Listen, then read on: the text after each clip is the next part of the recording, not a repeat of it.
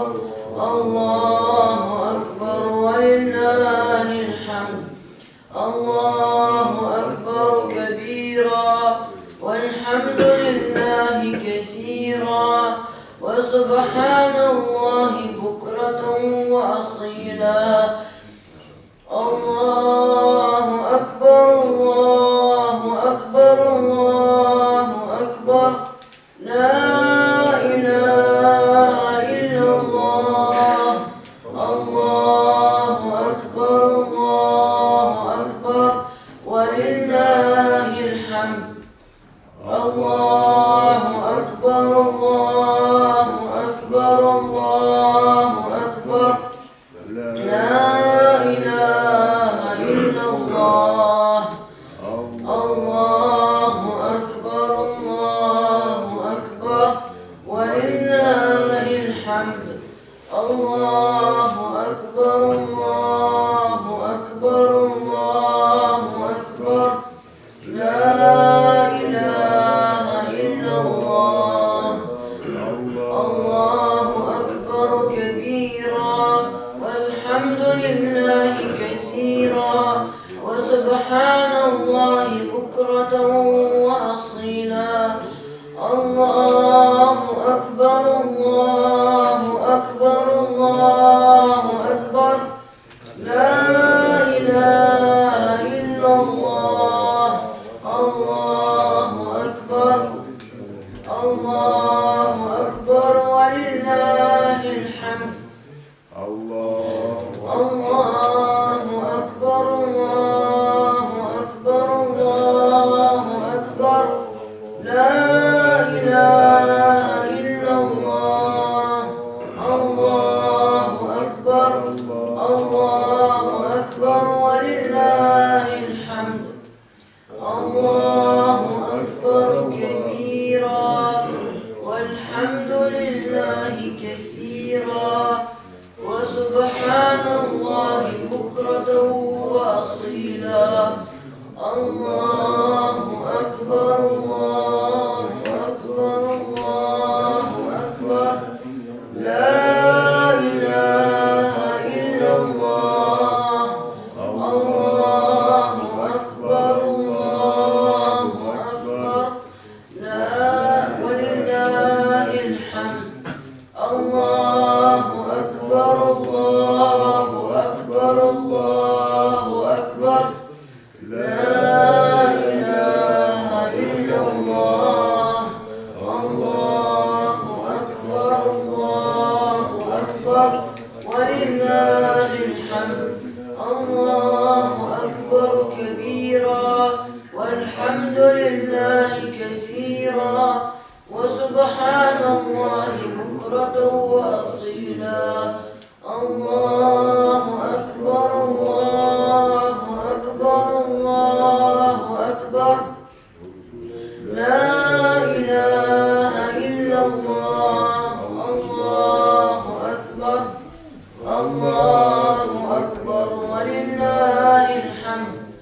الله أكبر كبيرا والحمد لله كثيرا وسبحان الله بكرة وأصيلا. الله أكبر الله أكبر الله أكبر لا إله إلا الله.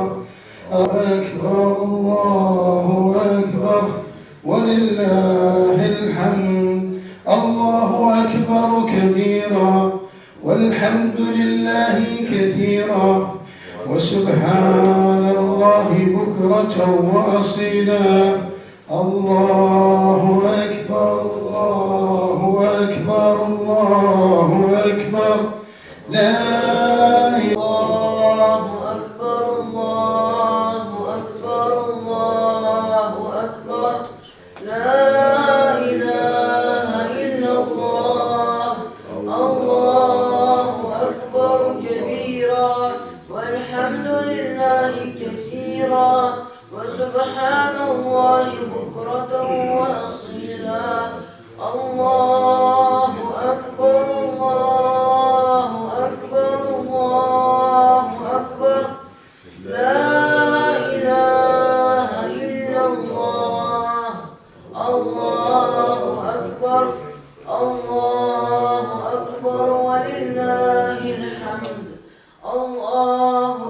أكبر كبيرا والحمد لله كثيرا وسبحان الله بكرة وأصيلا.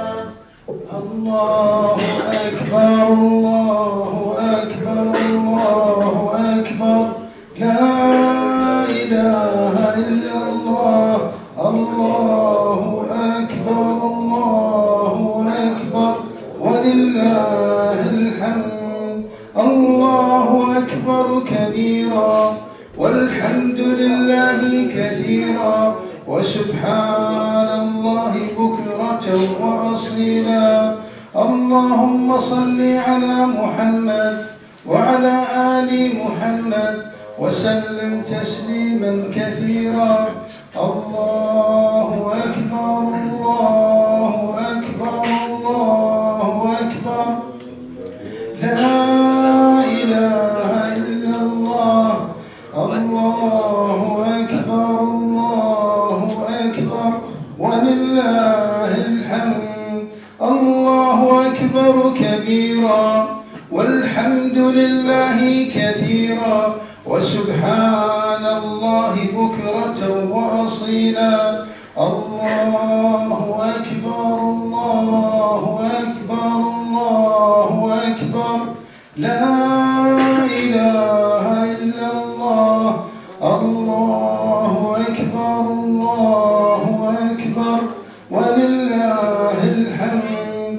الله أكبر كبيرا والحمد لله كثيرا وسبحان الله بكرة وأصيلا. الله أكبر الله أكبر الله أكبر لا إله إلا الله الله أكبر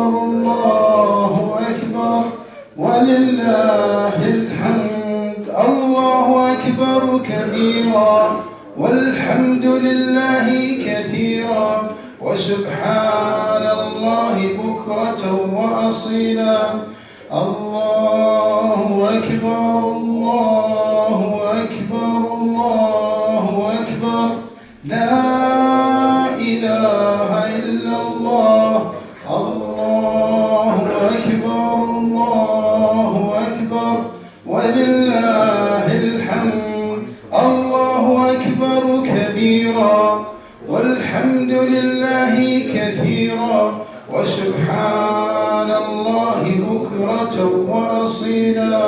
الله أكبر الله أكبر الله أكبر لا إله إلا الله الله أكبر ولله الحمد. الله أكبر كبيرا والحمد لله كثيرا وسبحان الله بكرة وأصيلا. اللهم صل على محمد وعلى آل محمد وسلم تسليما كثيرا. الله أكبر الله أكبر الله أكبر لا إله إلا الله الله أكبر ولله الحمد. الله أكبر الله أكبر الله أكبر لا إله إلا الله الله أكبر الله أكبر الله أكبر لا إله إلا الله الله أكبر ولله الحمد. الله أكبر كبيرا والحمد لله كثيرا وسبحان الله بكرة وأصيلا. الله أكبر الله أكبر الله أكبر لا إله إلا الله الله أكبر ولله الحمد. الله أكبر الله أكبر الله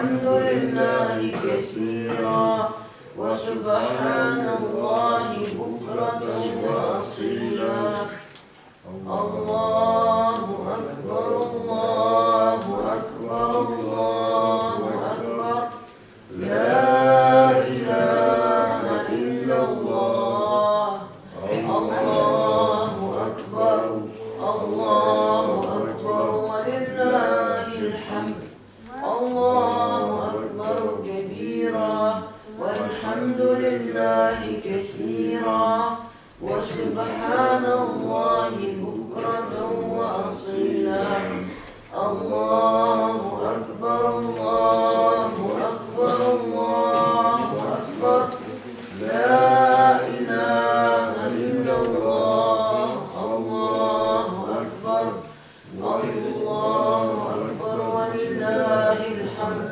الله أكبر كبيرا والحمد لله كثيرا وسبحان الله بكرة وأصيلا الله أكبر الله أكبر الله أكبر لا إله إلا الله الله أكبر الله أكبر ولله الحمد الله أكبر كبيرا والحمد لله كثيرا وسبحان الله بكرة وأصيلا الله أكبر الله أكبر الله أكبر لا إله إلا الله الله أكبر الله أكبر ولله الحمد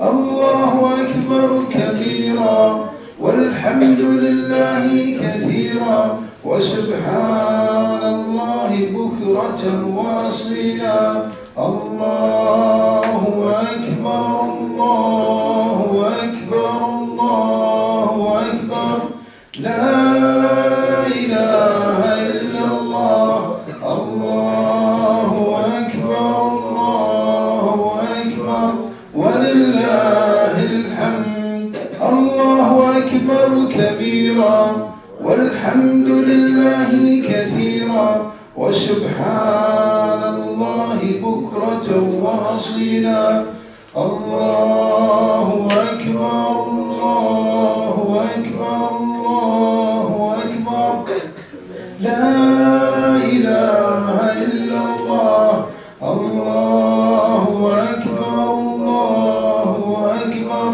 ولله الحمد الله أكبر كبيرا والحمد لله كثيرا وسبحان الله بكرة وأصيلا الله أكبر الله أكبر الله أكبر لا إله إلا الله الله أكبر الله أكبر ولله الحمد الله أكبر الله أكبر الله أكبر لا إله إلا الله الله أكبر الله أكبر ولله الحمد الله أكبر كبيرا والحمد لله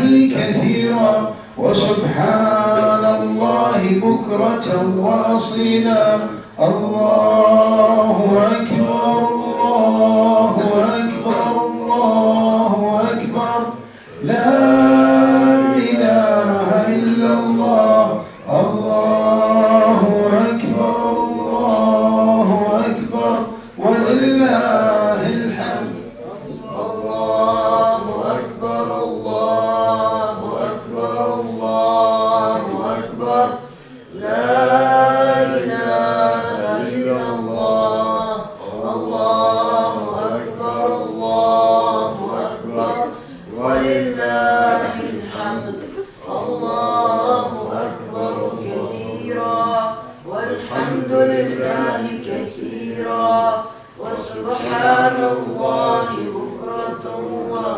وأصيلا.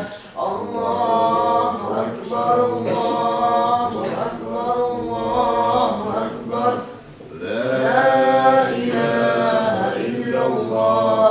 الله أكبر الله أكبر لا إلا الله. الله أكبر الله أكبر الله أكبر لا إله إلا الله. الله أكبر الله أكبر ولله الحمد. الله أكبر كبيرا والحمد لله كثيرا وسبحان الله بكرة وأصيلا. الله أكبر الله أكبر الله أكبر لا إله إلا الله. الله أكبر الله أكبر ولله الحمد. الله أكبر كبيرا والحمد لله كثيرا وسبحان الله بكرة وأصيلا. الله أكبر الله أكبر الله أكبر لا إله إلا الله. الله أكبر الله أكبر ولله الحمد. الله أكبر كبيرا والحمد لله كثيرا وسبحان الله بكرة وأصيلا. الله أكبر الله أكبر الله أكبر لا إله إلا الله. الله أكبر الله أكبر ولله الحمد. الله أكبر الله أكبر الله أكبر لا إله إلا الله. الله أكبر الله لله الحمد. الله أكبر كبيرا والحمد لله كثيرا وسبحان الله بكرة وأصيلا. الله أكبر الله أكبر الله أكبر لا إله إلا الله. الله أكبر الله أكبر ولله الحمد. الله أكبر كبيرا والحمد لله كثيرا وسبحان الله بكرة وأصيلا. الله أكبر الله أكبر الله أكبر ولله الحمد. الله أكبر كبيرا والحمد لله كثيرا وسبحان الله بكرة وأصيلا. اللهم صل على محمد وعلى آل محمد وسلم تسليما كثيرا. الله أكبر الله أكبر الله أكبر لا إله إلا الله. الله أكبر الله أكبر ولله الحمد. الله أكبر كبيرا والحمد لله كثيرا وسبحان الله بكرة وأصيلا. الله أكبر الله أكبر الله أكبر لا إله إلا الله. الله أكبر الله أكبر ولله الحمد. الله أكبر الله أكبر الله أكبر لا إله إلا الله. الله أكبر الله أكبر ولله الحمد. الله أكبر كبيرا والحمد لله كثيرا وسبحان الله بكرة وأصيلا الله أكبر الله أكبر الله أكبر لا إله إلا الله الله أكبر الله أكبر ولله الحمد الله أكبر كبيرا والحمد لله كثيرا وسبحان الله بكرة وأصيلا الله أكبر الله أكبر الله أكبر لا إله إلا الله الله أكبر الله أكبر ولله الحمد الله أكبر كبيرا والحمد لله كثيرا وسبحان الله بكرة وأصيلا الله أكبر الله أكبر الله أكبر لا إله إلا الله الله أكبر الله أكبر ولله الحمد الله أكبر الله أكبر الله أكبر لا إله إلا الله الله أكبر الله أكبر ولله الحمد الله أكبر كبيرا والحمد لله كثيرا وسبحان الله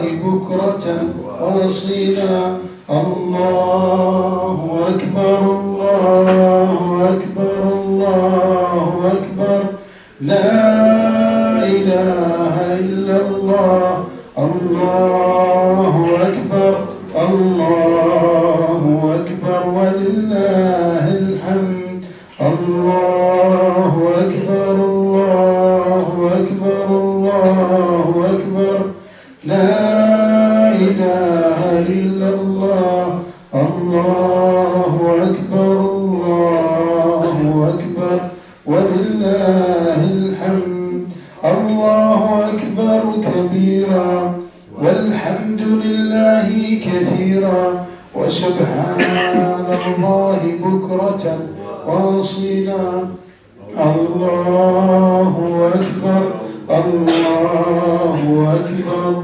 ولله الحمد الله أكبر كبيرا والحمد لله كثيرا وسبحان الله بكرة وأصيلا الله أكبر الله أكبر الله أكبر لا إله إلا الله الله أكبر الله أكبر ولله الحمد الله أكبر كبيرا والحمد لله كثيرا وسبحان الله بكرة وأصيلا اللهم صل على محمد وعلى آل محمد وسلم تسليما كثيرا الله أكبر الله أكبر الله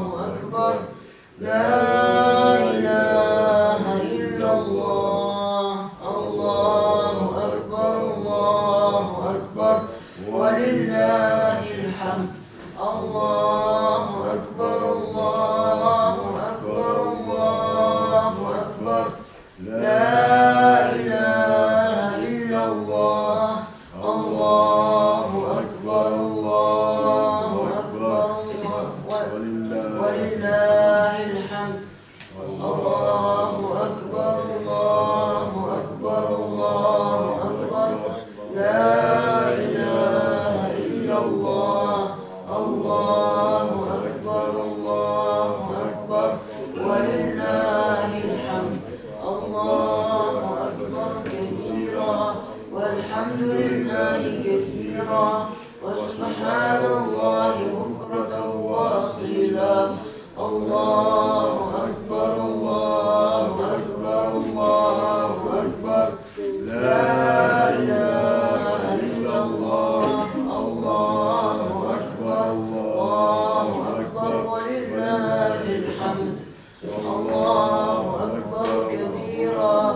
والحمد لله كثيرا وسبحان الله بكرة وأصيلا الله أكبر الله أكبر الله أكبر لا إله إلا الله الله أكبر الله أكبر ولله الحمد الله أكبر الله أكبر الله أكبر لا إله إلا الله الله أكبر الله أكبر ولله الحمد الله أكبر كبيرا والحمد لله كثيرا وسبحان الله بكرة وأصيلا الله أكبر الله أكبر الله أكبر لا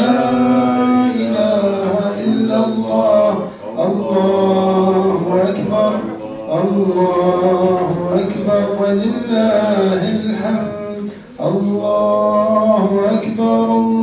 الله أكبر الله أكبر لا إله إلا الله الله أكبر الله أكبر ولله الحمد الله أكبر كبيرا والحمد لله كثيرا وسبحان الله بكرة وأصيلا الله أكبر الله أكبر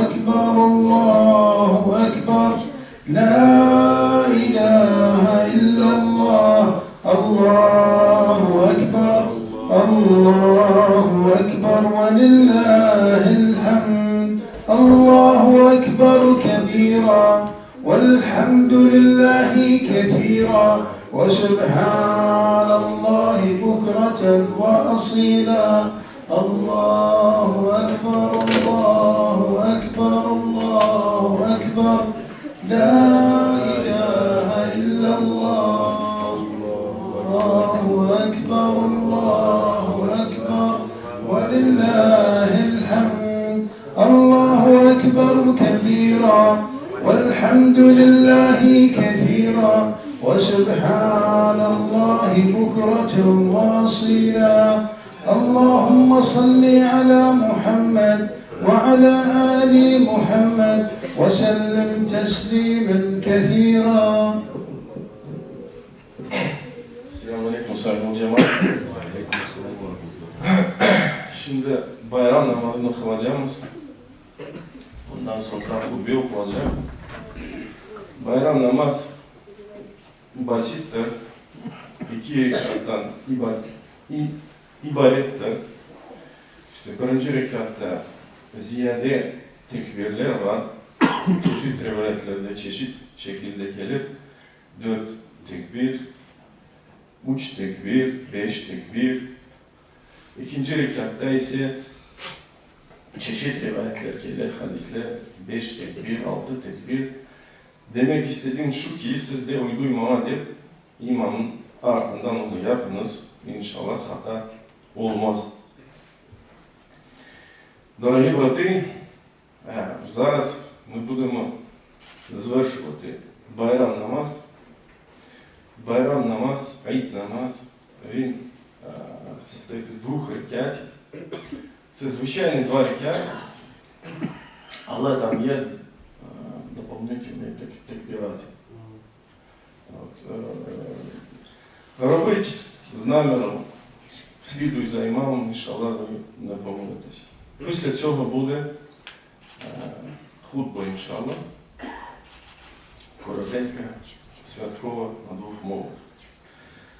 Куму біля салатів.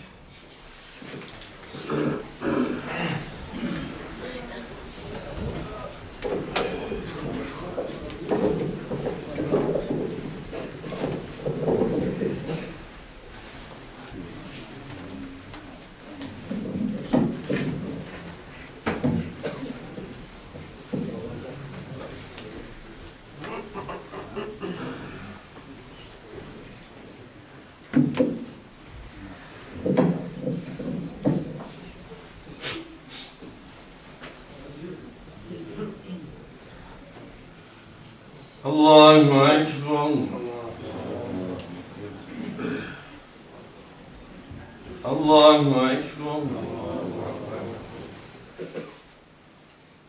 الله أكبر الله أكبر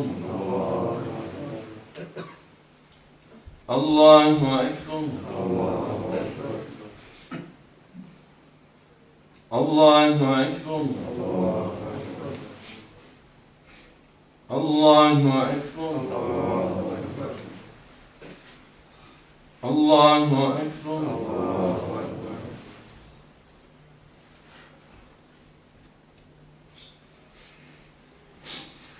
الحمد لله رب العالمين الرحمن الرحيم مالك يوم الدين إياك نعبد وإياك نستعين اهدنا الصراط المستقيم صراط الذين أنعمت عليهم غير المغضوب عليهم ولا الضالين.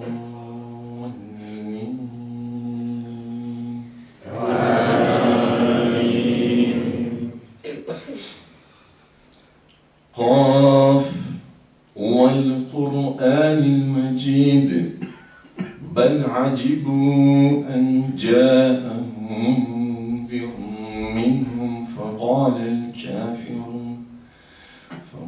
الكافرون هذا شيء عجيب أإذا متنا وكنا ترابا ذلك رجع بعيد قد علمنا ما تنقص الأرض منهم وعندنا كتاب حفيظ بل كذبوا بالحق لما جاءهم فهم في أمر مريج. الله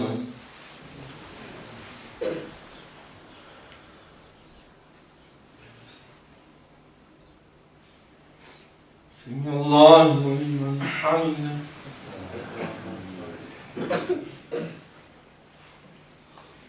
الله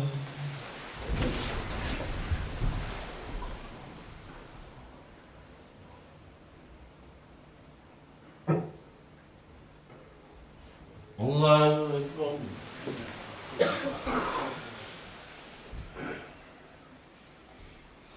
الله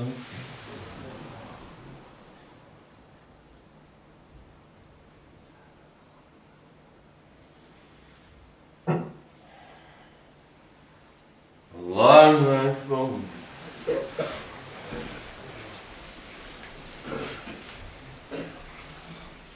الله أكبر.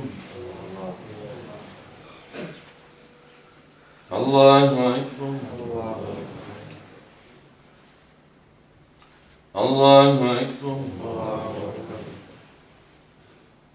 الله أكبر. الله أكبر.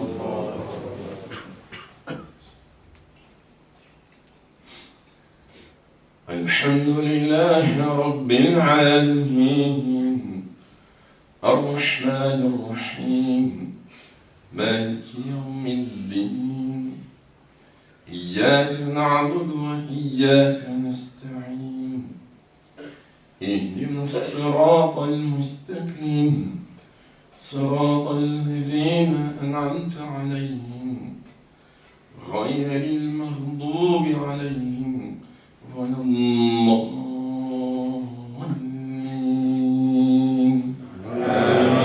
آمين.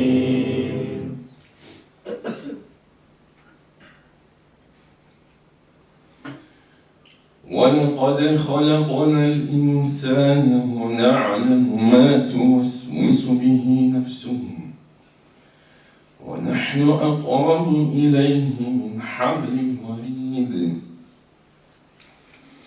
إذ يتلقى المتلقيان عن اليمين وعن الشمال قعيد ما يلفظ من قول إلا لديه رقيب عتيد.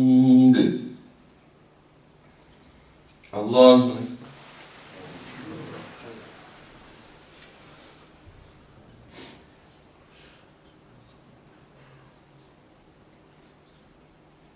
سمع الله ولمن حمده.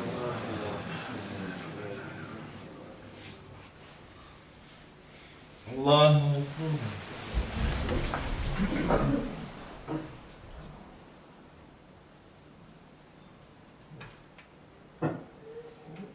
الله أكبر.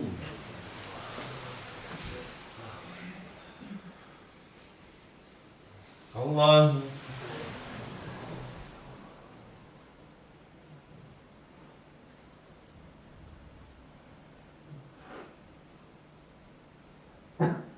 الله أكبر.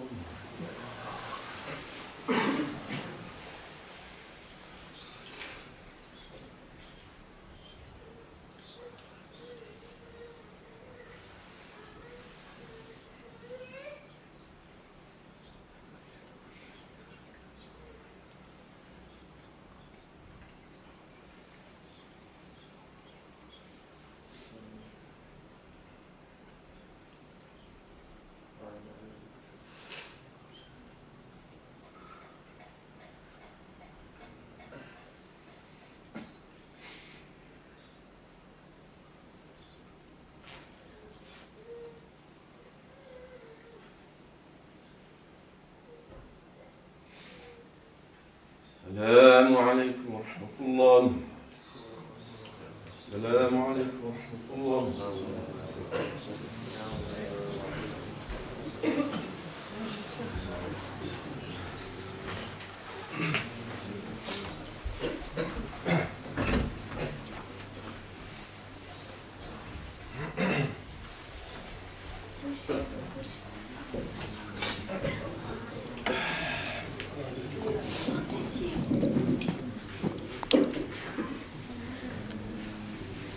إن الحمد لله نحمده ونستعينه ونستغفره ونستهديه.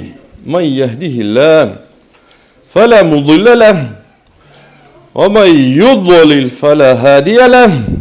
وأشهد أن لا إله إلا الله وحده لا شريك له وأشهد أن محمدا عبده ورسوله. فيا عباد الله يا عباد الله اتقوا الله حق تقاته ولا تموتن إلا وأنتم مسلمون. أما بعد. Sonra ise Allahu Ekber, Allahu Ekber, Allahu Ekber, Allahu Ekberu kebira, velhamdülillahi kethira. Böyle sözlerinin biz bayram namazına bugün geldik. Allah en büyüktür. Allah en büyüktür. Allah en büyüktür. Çünkü Rabbimiz bunu bize emir etti. Çünkü bizim hayatımızın manası odur ki Allah'ın ismini yükseltmek. Onun rızasını kazanmak. Onun sevgisini kazanmak. Elhamdülillah. Allah'a bin hamd olsun ki o bizge nasip eyledi bu Ramazan'da karşılamaya. Cenk şartlarına rağmen, cenk olsa bile iki sene geçti, malumunuzdur. Cenk şartlarda yaşayımız. Ama yine de bakınız ki Allah subhanahu teala bizge bu nimetini bağışladı. Bu ayını karşılamaya, vahiy ayını, sabır ayını, Allah'ın rahmetinin, mağfiretinin ayını karşılamaya, ona ibadet etmeye, gönlümüzünü, canlarımızını temizlemeye nasip eyledi.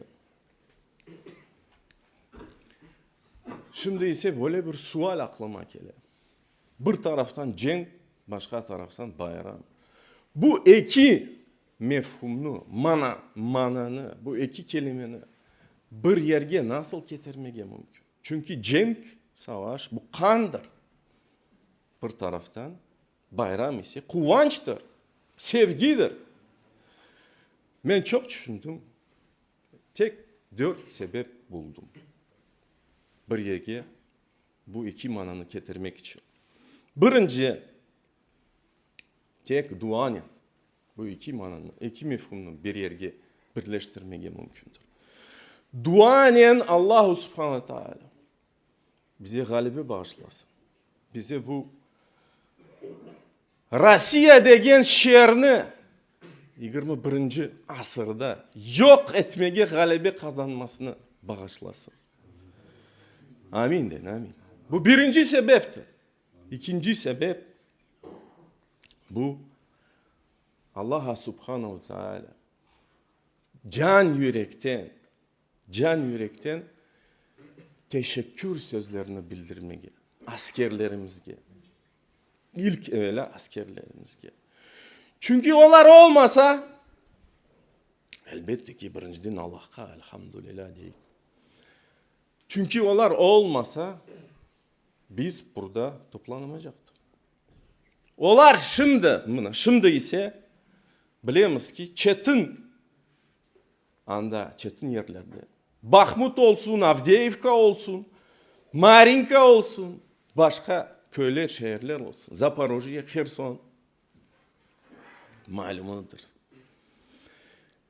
Ve tek fakat teşekkür sözlerini bildirmek. Kim ise bizge Ukrayna devleti olsa devlet seviyesinde ya da humanitari yani insani yardımlardan seviyesi kim bize destek oldu? Kim bizge yardım etti? Dik durmaya. Ve elbette ki ancak ve fakat teşekkür bildirip bizim vatandaşlarımızga işgal etingen Kırım'da çünkü bilemiz ki mında cenk 2 sene olsa Kırım'da ise 9 sene arttı. Çünkü bu savaş gerçekten de mından başlanmadı. 2014. senesinde Kırım'dan başladı. Onlardan da diktatörler sağ olsunlar.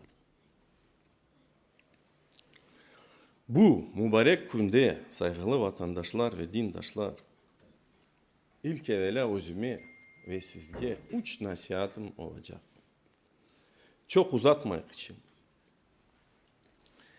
Birinci nasihat ise her daim Allah subhanahu teala yüreğinizde olsun. Mında olsun. İlk evvela. Ondan sonra niyetlerinizde olsun, aklınızda olsun. Allah subhanahu teala. Ondan ise amellerinizde, hareketlerinizde, gayretlerinizde. Çünkü Rabbimiz diyor ki وَقَالَ رَبُّكُمُ دُعُونِ أَسْتَجِبْ لَكُمْ Allah'a dua ediniz. O mutlak sizge cevap verir. O mutlak sizden olur. İkinci nasihat bu Allah'ın rahmetinden, Allah'ın mağfiretinden her daim emin olmak, her daim ona tevekkül etmek Allah subhanahu teala ve maziden olgan şeylerden yaşamamak ama gelecekten yaşamaya, ileriye bakmaya. Ne olsa olsun artımızda elem, ölüm. Ne olsa olsun o geçer. Olsun artımızda bu çeşit bir galibi ya da kıvanç. Her daim biz ileriye bakmak gerekmez. Çünkü elem olsa, ağır olsa o geçer. Yaxşı tarafı olur. Küçük galebe olsa büyük galebe inşallah olur. Ve Müslüman her daim öyle olmalı ki. Allah subhanahu teala ayetkanı gibi وقال ومن يقنط من رحمة الله من رحمة ربه إلا الضالون. Ve üçüncü sebep ise her daim kim olsa olayıq ama imkanlarınızga göre gayret göstermeye. Belki elimizden çok gelmez ama ona rağmen hareket etmeye. Ve Allah subhanahu teala tevekkül etmeye. Rabbimiz ayetkan gibi. فَمَنْ يَعْمَلْ مِثْقَالَ ذَرَّةٍ خَيْرًا يَرَى. Kim küçücük bir hayır yapar ise onu mutlak görer. Aynı manada da şer yapsa küçücük bir şer onun elbette ki manasını görer. Ve sallallahu ala nebiyyina Muhammedin ve ala alihi ve sahbihi ve sellem.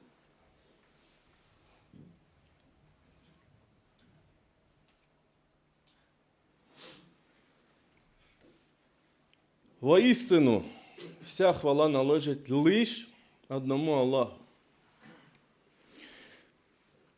Тільки Його ми молимо, тільки на Нього сподіваємось, кого Аллах поведе прямим шляхом, ніхто вже не заб'є з цього прямого шляху.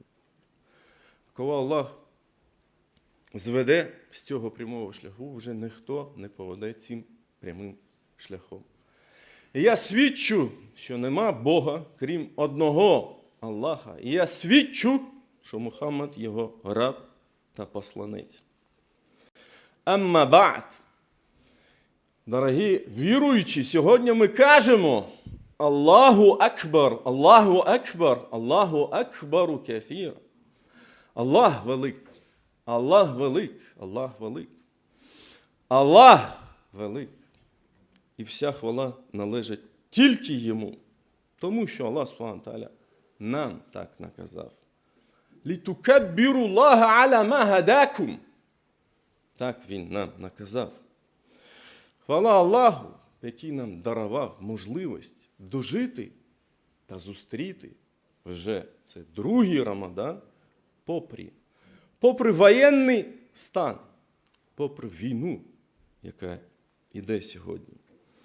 Хвала Аллаху, який дарував нам дожити, прожити цей місяць. Місяць откровення, місяць зіслання откровення своїв Авраама, Ібрагіма, Тори, Євангелія та Корану, звісно. Хвала Аллаху, який дарував нам прожити цей місяць, місяць прощення, місяць милосердя, місяць терпіння, місяць звершення добрих справ, місяць нагороди, якою є очищення та звільнення від адського пекла. Інша-Аллах, скажіть амінь. Як я вже помітив спочатку, це вже другий Рамадан, воєнний стан, наш другий Рамадан. І завжди, коли я готуюсь, вже це третє святкове намаз, до якого я готуюсь, я завжди думаю, як поєднати з одного боку війну, з іншого боку Байрам, свято. Як? Бо війна – це кров, пролиття крові. Це страждання, біль, смерть. А свято – це радість. І я знайшов відповідь тільки в 4 причинах. По-перше, це можна об'єднати тільки дуа, посередством дуа. Молитвою Всевишньому за перемогу та мир. Перемогу та мир, який знову ж неможливий для нас, українців, без перемоги над тираном 21 століття. Над цією Росією, яка вже тероризує на цій географії всі народи. 3 століття, а то й більше. Тільки вдячністю можна це об'єднати. Вдячністю, по-перше, йому за те, що ми вистояли та продовжуємо цю боротьбу тільки щирою, великою подякою нашим хоробрим воїнам, які зараз, саме зараз, коли ми з вами тут святкуємо намаз, спокою сидимо, вони б'ються, як ми знаємо, і на Бахмуті, Авдіївці, Мар'їнці, і інших містах України, будь то Херсон, Запоріжжя. І, напевно, тільки великою подякою нашим всім, хто допомагає сьогодні Україні. І нашим співвітчизникам в Криму, які вже 9 років, не 2 роки, а 9 років. Ми повинні про це постійно пам'ятати. Вже живуть в умовах війни, гібридної війни, яка більш страшніша. Коли вриваються зранку, коли дають дикі строки, коли вбивають в тюрмах. Це можливо об'єднати тільки, будучи сповненим рішучістю зробити все, що залежить від нас, задля перемоги та миру. В цей благодатний святковий день, дорогі віруючі, у мене буде 3 настанови. В першу чергу для себе, а потім для кожного з вас. По-перше, нехай Всевишній Аллах завжди буде в вашому серці, в ваших думках, в ваших намірах, в ваших зусиллях, в ваших стараннях. Будьте разом з Ним, і тоді ніхто вас не запугає. Ніхто вас не подолає. Як сказав Всевишній в своїй книзі, وَقَالَ رَبُّكُمْ دُعُونِي أَسْتَجِبْ لَكُمْ. Звайте своєму Господу, і Він завжди буде відповідати вам. Друга настанова – не зневіряйтесь. В милості Аллаха не живіть минулим. Це дуже важливо. А живіть майбутнім, яке б воно не було, минуле це. Воно може бути зараз біль, страждання, смерть і так далі. Але яка б біль не була, вона пройде. Будьте впевнені. Бо Аллах Субхану ва Тааля не дає такий іспит рабу своєму, який би він не зміг би подолати. Це милость Аллаха. Якщо вона буде позитивна, якщо буде це якась маленька перемога, бо попереду нас чекають більш перемоги, іншаллах. І як каже Аллах Субхану ва Тааля в книзі, وَقَالَ وَمَا يَقْنَطْ مِنْ رَحْمَةِ رَبِّهِ إِلَّا الضَّالُونَ. Третя настанова. Прикладайте зусиль та дійте. Дійте, завжди дійте. Не нехтуйте собою, своїми можливостями. Що б ви не могли зробити, зробіть. Якщо це буде щось, на вашу думку, щось незначне. Бо це фік Корану. Бо Аллах Субхану ва Тааля каже в своїй книзі, فَمَا يَعْمَلْ مِثْقَالَ ذَرَّةٍ خَيْرًا يَرَهُ. Хто зробив добра на вагу порошинки побачить його. Уповайте на Всевишнього Аллаха завжди та дійте. Результат завжди буде. Але пам'ятайте, результат не від вас, результат від Нього. І треба пам'ятати, дорогі віруючі, що Рамадан – це школа життя в цьому світі. Школу життя в цьому світі, а не храм майбутнього.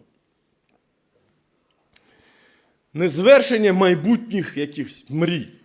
Рамадан – це школа терпіння, поклоніння, очищення, зусиль на шляху правди та істини. Але сам по себе Рамадан не є об'єктом поклоніння, не є самоціллю. Хто поклонявся Рамадану, Рамадан вже пройшов.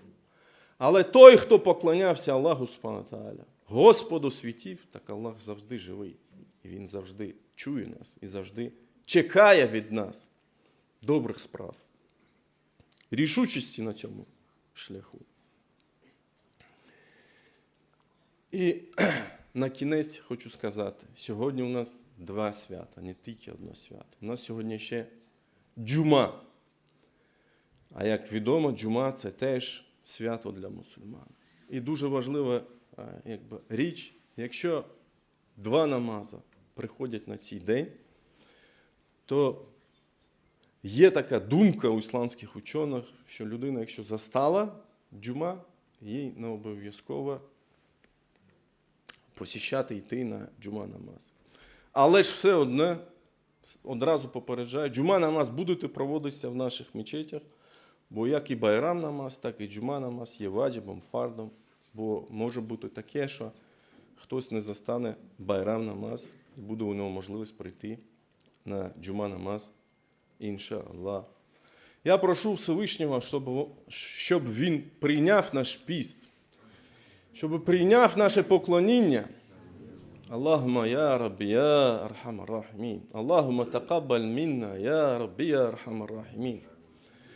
Allah'ım ya Rabbim, sen bizden kabul makbul eyle. Bizim tutkan oruçlarımızı, yapkan ibadetlerimizi. Allah'ım ya Rabbim, bizge nasip eyle düşmanlarımızı yenmeyi.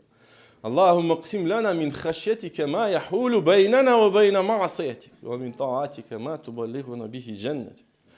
ومن اليقين ما تهون علينا مصائب الدنيا ومتعنا اللهم بأسماعنا وأبصارنا وأبداننا أبدا ما أحييتنا واجعل ثأرنا على من ظلمنا وانصرنا على من عدانا ولا تجعل الدنيا أكبر همنا ولا مبلغ علمنا اللهم تقبل منا وبلغنا رمضان القادم إن شاء الله بإذن الله اللهم حرر أوطاننا يا ربي bütün vatan topraklarımızda, Müslüman vatan topraklarını azat eyle ya Rabbim ya Erhamer Rahimin. Ve sallallahu ala nebiyyina Muhammedin ve ala alihi ve sahbihi ecma'in. Я вас, по-перше, всіх вітаю. І вже можна вітати, іншаллах, але я би попросив ще хвилину вашої уваги. І хотів би попросити до слова наших поважних лідерів. Mustafa'ga olsun, Rifat'a olsun. Rifat'a, Mustafa. Sizden bekleriz tebrik sözlerini. Şimdi yayınlayla. Belki Kırım'da da bakalım.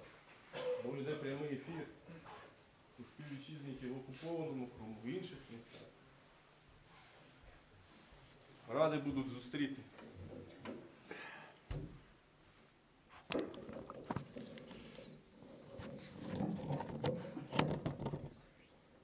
Saygılı arkadaşlar, din kardeşlerimiz, vatandaşlar. İşte ayların sultanı Ramazan ayı bitti, bugün bayram. Hepinizi can yürekten bu bayramdan tebrik ederim. Allah sizlere sağlık, selametlik, hep işlerinizde, doğru işlerinizde başarılar dilerim. Ve elbette birinci olarak sağlık, selametlik bu savaşta ön cephede vatanımız için, milletimiz için, devletimiz için kan döken, canlarını ortaya koyan fedakar askerlerimize hitap etmek istedim. Çünkü onların sayesinde biz şimdi burada serbest devlette ibadetlerimizi kılabiliriz. Onların sayesinde inşallah vatanımızı da kurtaracağız. 2 hafta önce bildiğiniz gibi bunu aslında bütün dünya basında çeşit dillerde, Arap, Farsi, Türk dillerinde de yayınladı. 2 hafta önce Kırım İslam Merkezi'nde, Birlik Merkezi'nde Ukrayna Cumhurbaşkanı iftarı oldu. O iftarda Zelenski dedi ki bu savaş Kırım Yarımadası serbest olmayıncaya kadar devam edecek. Biz sonraki santim toprağımızı kurtarınca kadar devam edecek. Ve mutlaka Kırım serbest olacaktır. Ve inşallah öyle olacaktır. Bu savaşta binlerce insanlarımız hayatlarını verdiler. Bunların sırasında bizim askerlerimiz, Müslüman askerler, Kırım Tatarları, Çeçen, İngilizler, Azeriler de helak oldular. Onların aziz ruhlarına rahmetler dileyiniz. Ruhları şad olsun. Yaralı olan askerlerimize en tez şifalar dileyimiz. Ve inanınız ki biz her yıl gelecek bayramımız inşallah vatanımızda olacak. Şimdi bu vaziyet gösteriyor ki inşallah gelecek ay, gelecek yıl gerçekten de serbest Kırım'da olacakmış. Ama elbette her şey Allah'tandır. Ama Allah bizim dileklerimizin yerine getirilmesi için değil ki. Ey kulum, sen o dileklerin yerine getirmek için gayret et de elinden geleni yap da o zaman ben sana yardımcı olarım. Demek istediğim, yalnız Allah'ım yardım et deyip de bir şey yapmamak öyle dualar kabul edilmiyor. Onun için diyeyim ki biz bu serbestlikte vatanımızın kurtarılmasını hepimizin istemiş olması gerekiyor. Kur'an-ı Kerim açıldığı zaman 1. Sure Fatiha'da diyor ki Ehdina sıratal mustakim sıratal lezine lem taleyhim gayrul mağdubi aleyhim dâlin. Ya Rabbi bizi doğru yoldan yürüset. Doğru yoldan yürüset demek vatanına, milletine hizmet etmek. Bu doğru yola sarkmamak. O zaman Allah Teala bize yardımcı olacak. Hep bu ay Ramazan ayında tutan oruçlarınız Yüce Allah'ımız tarafından kabul eylesin. Hepinize daha bir kere sağlık, selametlik, bayram tebriklerimi iletmek istedim. Sağ olun.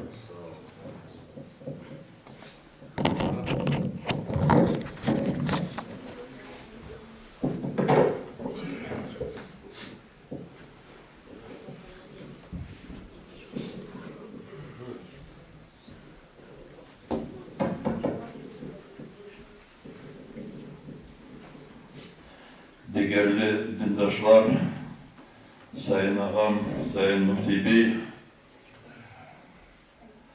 ağamız söylediğinden devam etmeyi isteyinler, bir şey Allah'tan. Ama dualarımız, ümitlerimiz hepsi Kırım'la bağlı ve inşallah yakınlarda, Allah'ın nişanına yakınlarda deyip dualarımızda ona hepsi elimizde yakınlarımızla, gençler ana babalarıyla, kaderleriyle, ağalarıyla kavuşurlar inşallah. Bizim için şimdi çok zorluklar var. Ama bizim imanımız bize güç verir. Çünkü bu sene de Allah bize mübarek Ramazan ayına ötkerip bu mukaddes bayramda yetişmeye nasip etti. İnşallah gelecekte de öyle olacak ama Allah verse hepsi Kırım'da olacak. Bizim için çok zor degenim tek bir manada milletimiz yine de sevilmiş. Ama Allah'a şükür halkımız Kırım'da. Ama on binlerce kişiler Kırım'ı terk etmeye mecbur oldular. Bizler bunda, diğerleri başka ülkelerde sağ olsunlar hepsi bu halebeki çalışkanları. Çok insanları aytmağa mümkün ama siz kendiniz de çok yaxşı bilirsiniz. Kırım Tatar Milli Meclis azaları bu durumda ellerinden becerdiklerini yapmaya tırışarlar. Şimdi iki arkadaşımız Ahtem Çilgoz, Eskender Bariyev, birisi Washington'da silah meselesinden uğraşa, Ukrayna yerinde Ahtem Çilgoz, milletvekili olarak. Eskender dostumuz New York'ta Birleşmiş Milletler Teşkilatı'nın Tamirli Milletler Forumunda çok yaxşı çıkışlar yaptı, görmüştürsünüz. Ahmetci Süleymanov şimdi Hesson Nikolayev tarafta o yerdeki vatandaşlarımızla çalışır. Ağamız burada, Riza Şevkiyev burada, bazı diğer arkadaşlarımız diğer ülkelerde. Nariman Cevil 17 sene hapiste bırakıldı ve onun yanında 118 deneden ziyade bizim semeddeşlerimiz, Kırım Tatarlar, Kırım Müslümanları. Onlar hepsi işte bu Kırım, Ukrayna kazanacağını onlar bizlerle beraber ümit ettiler Ve milletimiz de şimdi Kırım'da bu işgallikte hepsi insanların düşünceleri ne zaman inşallah olacak. İnşallah olacak çünkü bizlerle bağlı. Saygılı dostlar, böyle bayramlarda çok konuşması da doğru değil ama daha bir fikri de söylemeyi isteyeyim. İnşallah Kırım'a girecek. Gerçekten de girecek. Ama hepsi Kırım'ı düşünen kişiler yerinde olsunlar. Çok uzakta olanları, kendilerin korandalarını, balalarını orada saklamış olsalar kendileri buraya gelsinler. Burada beraberlikte Kırım'a girecek. Ama bakınız bundan da başka ağamız da söyledi bunu. Askerlerimiz, bizim askerlerimiz bunları ayrıca anmaya isteyeyim. Gerçekten de her bir insan kendi istesini koşmaya tırışır ama cenkte silahla bütün bu halebeni yakınlaştıran bir yarın bir gün bunu Kırım'a kapı açacaklar bizim askerlerimiz. Onlara bizim taraftan da çok yardımlar gerek. Çeşit türlü. Gençler anlamıştırlar. Gençler bunu yaşatıp düşünsünler de bizim orada askerlikte şubaylarımız ya da ofisörlerimiz varlar. Bizim çok cenkte hürmet kazanan kişiler burada, namazda da bizlerle beraber.